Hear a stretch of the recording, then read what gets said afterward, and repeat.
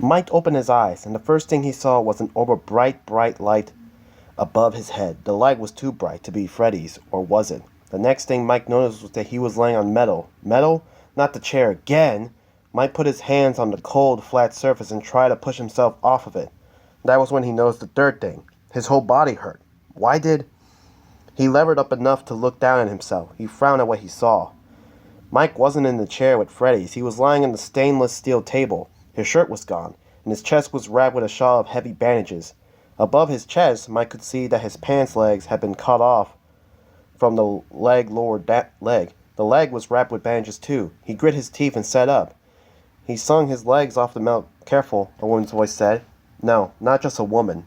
Vanessa. Mike tracked the direction of the voice and he found Vanessa, uniformed, sitting in a folding metal chair about 6 feet from him. The chair was stuck in a corner of the room filled with white metal and glass front cabinets, definitely not Freddy's.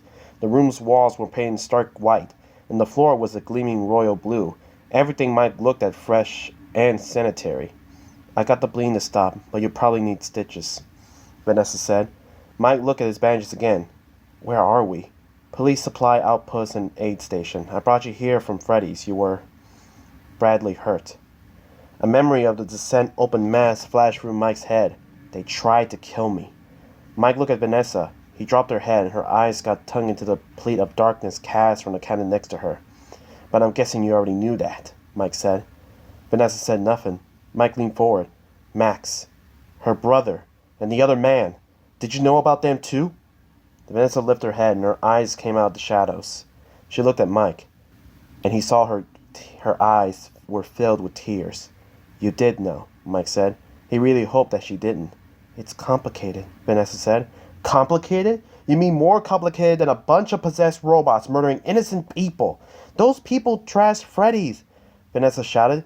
They weren't innocent. Well, Abby is, Mike said. As Vanessa buried her face in her hands, Mike didn't bother to say that even vandals didn't deserve to face their faces gnawed off, on their whole bodies chewed in half. Why, Max? Mike thought.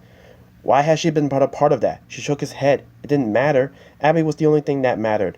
You watched her play with those things, Mike said to Vanessa's bowed head. His voice rose. You knew what they were capable of, and you didn't say nothing. Mike shoved himself off the table. He took a weak step forward. He scanned the room. Where are my things? I need to go. Now. Vanessa dropped her hands. When she looked up at Mike, her face was stirred with gas-like tear tracks. Mike, Abby's in danger. Mike spotted his shirt laying in the stainless steel counter under the row of cabinets on the far side of the room. The shirt was bloody, and it was torn, but it was a shirt. He limped towards it. Mike! He stopped and turned to Vanessa. Vanessa put her hands. Slow down, take a breathe. She switched to her stern cop voice, and her face flipped with a concrete authority. Tell me what happened. Mike suddenly couldn't move. The memory of his dream, of everything he's done, came rushing back to him. It was his turn to drop his head. If only he could take it all back. He took superhuman effort to open his mouth and confess what he'd done. As he did, he couldn't face Vanessa. He talked to the floor. In my dream, Mike began. He took a breath and tried again. They wanted Abby. And I gave her to them. He pressed his palm against the side of his head. It was a terrible mistake, and when I tried to fix it, he pounded the heel of his hand against his template. Mike looked at Vanessa. Why do they want my sister? Several long seconds passed. Mike thought Vanessa wasn't going to answer, but when she did, she wished she didn't. They want to make her like them, Vanessa said. The pretty yellow taxi drove away. Abby waved to the driver, but he didn't wave back. He didn't even look at her. Abby shrugged. She gazed up at Golden Freddy, her friend. Golden Freddy held out his big furry hand. Abby grinned and took it. They swung their hands together as they walked towards the entrance of Freddy's. Golden Freddy's heavy steps crackled thump over the crumbled concrete sidewalk. Abby felt like she might burst. She was so excited. Golden Freddy pushed the metal doors open. She let go of Abby's hand and motioned for her to go through it in front of her. Such a gentleman. Abby skipped into the pizzeria's lobby. Behind her, the heavy door clanked shut. Abby turned back towards Golden Freddy and he was gone. Abby frowned. She turned in full circle. Where'd you go? Abby looked at the door. Had he left? No. She had heard his footsteps. She turns toward the archway. She had heard his footsteps no matter which way he's gone. Abby shrugged. She'd seen some of Golden Freddy's magic. He must have been used to disappeared. Maybe he was with the others. Abby started across the lobby, heading towards the dining room. She couldn't wait to see Freddy, original Freddy, and the others. The stop tap of Abby's footsteps seemed to bounce off the dining room walls as she walked into the room. She looked towards the stage. The curtains were drawn back, but the stage was empty. Abby frowned and looked around. Hello? Most of the dining room was so dim that Abby could barely see it.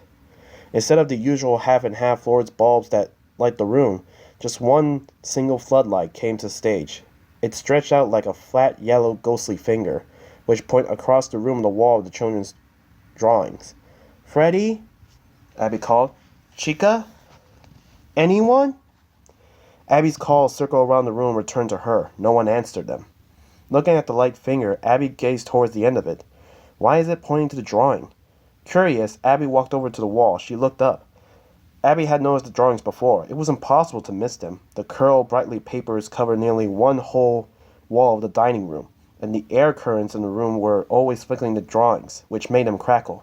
Abby never really looked at the drawings before, though. Now she did. Drawn by kids younger than Abby, the pictures were mostly of stick figures, but it was possible to tell the fingers were supposed to be. Abby could see, in the images, kids playing, family eating, the animatronics performing. The pale circle of the light at the end of the yellow ghost finger was centered in the middle of the drawings, and in the center of the circle, one drawing stood out. Abby stepped toward it. The drawing was of a yellow rabbit, which was holding hands with 5 smiling children. Even though they were clumsily drawn, Abby recognized the children. They were her friends. After she dropped her bomb, Vanessa had left her chair and started pacing back and forth by the cabinets. Mike, still stunned, could only watch her in silence. Vanessa stopped pacing, standing with her back to Mike. She began to talk. Cop Vanessa was gone again. This was the gentler side of Vanessa, and she spoke so softly that she could strain to hear her. In the 80s, she began.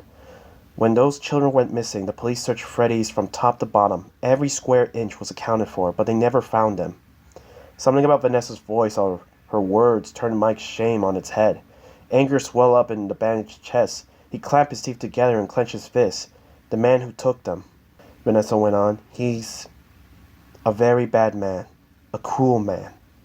Mike watched Vanessa reach into the pocket of her uniform pants. She took out a folded piece of paper. He's also a very clever man, she said. He knew the parents would scream bloody murder and the police would come looking. And he knew there was one place the police would never think to check because, why would they? Vanessa turned around to face Mike. Why would anyone? Mike's leg almost shot out went from under him as his mind replayed the gut-wrenching moment where he watched the animatronics open up in the torture chamber of the parts and service room. His memory flashed of Mike's cleave-in-half body inside the animatronics. As if he was seeing what Mike was envisioning in his head, Vanessa said, It's not just the children's ghosts inside those robots. Mike's stomach heaved. He kept his mouth shut. It's their bodies, Vanessa said. The yellow finger disappeared. That made it seem like the dark shade have come over from the drawings. The shade came down over everything for an instant. Then 4 new light fingers extended out the ceiling. They pointed at an angle towards the 2 stages. Abby turned around, looked toward the stages. She clapped her hands. They were her friends. Freddy, Bonnie, Chica stood by their microphones on the stage. Foxy was set up in his smaller stage. They were all ready to put on a show. Vanessa took a few steps towards Mike. The folded paper was compressed in his closed hand, held in her chest. The hand was visibly trembling. You have to understand, Vanessa said. The kids don't want to hurt anyone. It's him. He influences them. Somehow. Who? It wasn't their fault. Vanessa was pleading now. They were scared and alone, and they didn't know any better. Vanessa held out her empty hand. You have to believe me. Why did Mike think that Vanessa wasn't talking about the kids and Freddy's? He knew why. The urgency in Vanessa's tone was too intense. It sounded like she wasn't trying to justify the behavior of some ghost kids. Her tone was too personal for that. It sounded like she was begging for absolution. Mike stepped forward and put his hands on Vanessa's shoulder. He could feel them quaking in his grasp. She's scared of her mind, Mike thought. Abby frowned at her friends. Why aren't they moving? The animatronics were frozen in place. They looked like sculptures. Gabby's gaze shifted from one lit-up friend to the next. She took a step forward. Guys? They still didn't move. The Vanessa switch clicked again. The almost childlike "please forgive me" crimp between her brows disappeared. Her jaw took the hardness Mike had seen so many times before. Vanessa shrugged out from under Mike's hands. She stepped back, and when she spoke again, her voice was on the edge. "I tried to warn you." Mike gave Vanessa a "you gotta be kidding me" look. She nodded once, empathy. "In a way, I really did. You were just too dense, too single-minded." She shrugged. "It's too late now. He knows you're looking for him." The resolve wavered. Little girl Vanessa reappeared, hunching Vanessa's shoulder. "He'll be coming," she said in a hushed voice. "Who is he?" Mike asked. Vanessa pressed her lips together. "Vanessa, please." Mike implored her. "You have to tell me." Vanessa held the holding paper she held in a vice grip. "He's my father," she said. Mike took the paper. His hands began to shake. He unfolded it. The paper was an old, refolded, and refolded photograph. Mike gasped. "No," he whispered.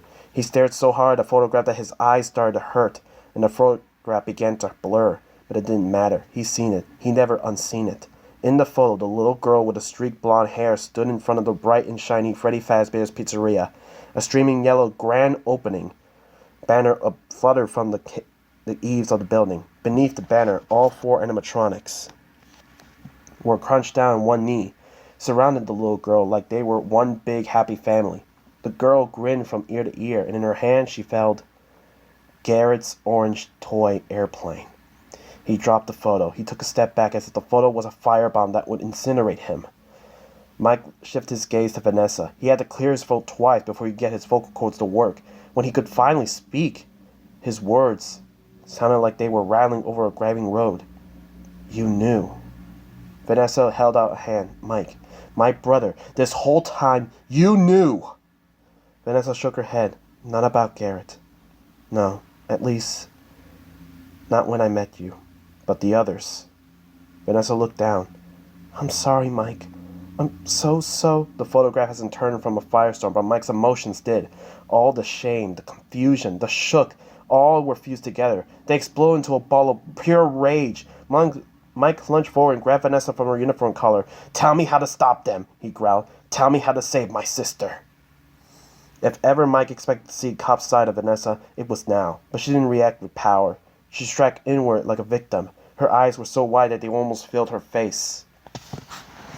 Abby took a shuddering step back when the stage speakers crackled, an assault of whining feedback forcing her to cover her ears. The multicolored performance lights sprang out, sweeping over the stage like whipping ribbons. Red ribbons, blue ribbons, yellow ribbons, orange ribbons, purple ribbons. Light ribbons went in every which way, and finally animatronics came to life. They exploded to life. They all launched into a rock song that we're the most famous for. Abby, relieved, clapped her hands and started dancing.